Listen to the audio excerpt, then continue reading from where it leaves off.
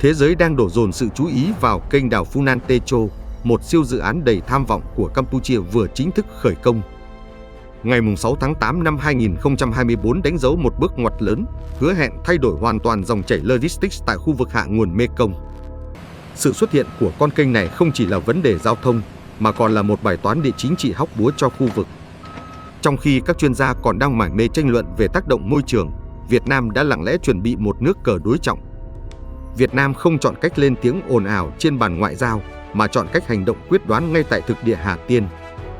Một chiến lược mang tên tiền hạ thủ vi cường đang được triển khai thần tốc nhằm xác lập lại vị thế chủ động của Việt Nam. Dự án lấn biển tại Hà Tiên không đơn thuần là mở rộng đất đai, mà là xây dựng một pháo đài kinh tế vững chắc.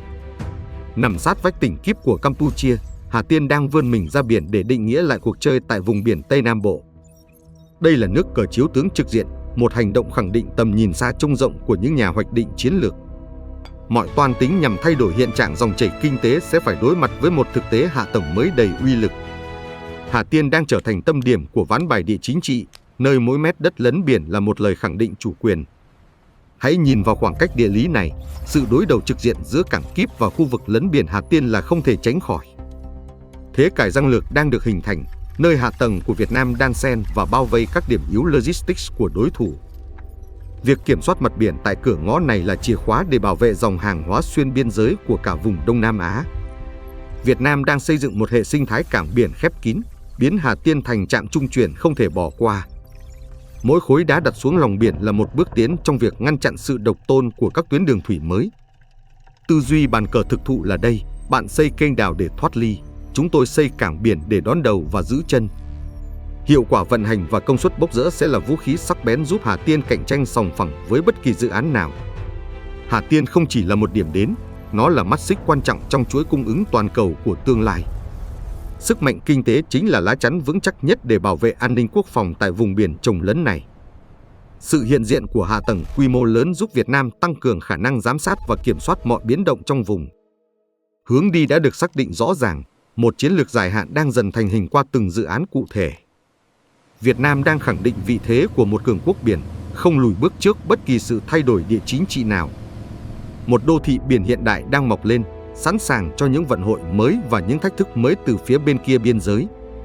Tiền hạ thủ vi cường, ra tay trước để giành lợi thế là tôn chỉ hành động trong dự án lấn biển thần tốc này. Trong khi đối phương còn đang loay hoay với những mét khối đất đầu tiên, Hà Tiên đã cơ bản hoàn thiện hình hài. Tốc độ thi công kỷ lục thể hiện quyết tâm sắt đá của chính phủ Việt Nam trong việc làm chủ tình hình kinh tế. Hệ thống cao tốc kết nối xuyên tâm miền Tây đang tạo thành một trọng kìm kinh tế vô cùng mạnh mẽ hướng về Hà Tiên. Những con đường này là mạch máu dẫn dòng vốn và hàng hóa đổ về cảng biển, tạo sức hút nam châm khổng lồ. Việt Nam đang hút ngược dòng hàng hóa trước khi nó kịp nghĩ đến việc di chuyển qua con kênh của láng giềng.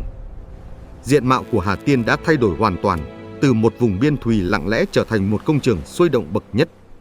Mọi chi tiết kỹ thuật đều được tính toán kỹ lưỡng để tối ưu hóa khả năng tiếp nhận các tàu tải trọng lớn nhất. Sự đồng lòng giữa chính quyền và nhân dân là nguồn lực quý giá giúp dự án vượt qua mọi trở ngại địa hình. Không khí lao động khẩn trương suốt ngày đêm tại Hà Tiên là minh chứng cho một Việt Nam tự cường và chủ động. Thời gian chính là tiền bạc trong ngành vận tải biển, và Hà Tiên đang chạy đua để tiết kiệm từng giây cho doanh nghiệp. Hạ tầng phụ trợ đồng bộ từ kho bãi đến năng lượng đã sẵn sàng để đón nhận làn sóng đầu tư dịch chuyển. Những con đê biển kiên cố không chỉ ngăn sóng dữ, mà còn là ranh giới của một tầm nhìn chiến lược mới. Khoảng cách đến sự thành công đang được thu hẹp lại bằng những nỗ lực không ngừng nghỉ của hàng ngàn con người. Bình minh của một thời đại kinh tế biển mới đang ló dạng ngay tại nơi tận cùng phía Tây Nam Tổ quốc. Hãy đặt mình vào vị trí của một chủ hàng để thực hiện một bài toán so sánh chi phí và thời gian thực tế. Lựa chọn A. Đi qua hệ thống kênh đào dài 180 km với nhiều âu thuyền phức tạp và phí quá cảnh tốn kém. Lựa chọn B. Cập bến ngay tại cảng hiện đại Hà Tiên, lên cao tốc và đến trung tâm tiêu thụ trong vài giờ. Thời gian chờ đợi tại các âu thuyền có thể làm tăng chi phí vận hành lên gấp nhiều lần cho mỗi chuyến hàng. Hiệu quả kinh tế tuyệt đối là lý do khiến Hà Tiên trở thành ưu tiên hàng đầu của các tập đoàn logistics quốc tế. Các nhà quản lý chuỗi cung ứng luôn tìm kiếm sự ổn định và nhanh chóng, điều mà cảng biển trực tiếp luôn ưu thế. Hà Tiên không chỉ cạnh tranh bằng vị trí, mà cạnh tranh bằng cả một hệ thống hạ tầng đồng bộ phía sau. Sự đơn giản trong thủ tục và tính kết nối cao của Việt Nam tạo nên một lợi thế cạnh tranh mềm vô cùng quan trọng. Tiếng còi tàu vang lên tại Hà Tiên là biểu tượng cho sức sống mãnh liệt của một cửa ngõ kinh tế mới. Mọi mặt hàng chiến lược của miền Tây sẽ tìm thấy con đường ngắn nhất ra thế giới thông qua điểm nút này. Độ sâu mớn nước tại cảng lấn biển cho phép những con tàu khổng lồ ra vào dễ dàng, điều mà kênh đào khó lòng đáp ứng. Những bản hợp đồng ký kết chính là lời khẳng định mạnh mẽ nhất cho sự đúng đắn của chiến lược lấn biển. Quy trình tự động hóa giúp giảm thiểu sai sót và tăng tối đa năng suất bốc dỡ hàng hóa mỗi ngày. Từ Hà Tiên, cánh cửa ra vịnh Thái Lan và đại dương bao la trở nên rộng mở và thuận tiện hơn bao giờ hết. Sự tin tưởng của các đối tác quốc tế là minh chứng cho tầm nhìn dài hạn của chính sách phát triển hạ tầng biển. Hà Tiên đang thức trắng đêm để vận hành cỗ máy kinh tế, sẵn sàng cho những vận hội lớn của dân tộc. Câu trả lời cho bài toán kinh tế đã rõ ràng, ưu thế đang thuộc về những người dám nghĩ, dám làm và hành động sớm. Hà Tiên giờ đây đóng vai trò như quân xe trên bàn cờ biển Tây Nam, một vị trí không thể lay chuyển. Sự hiện diện mạnh mẽ của hạ tầng kinh tế luôn đi đôi với nhiệm vụ bảo vệ chủ quyền và an ninh quốc gia.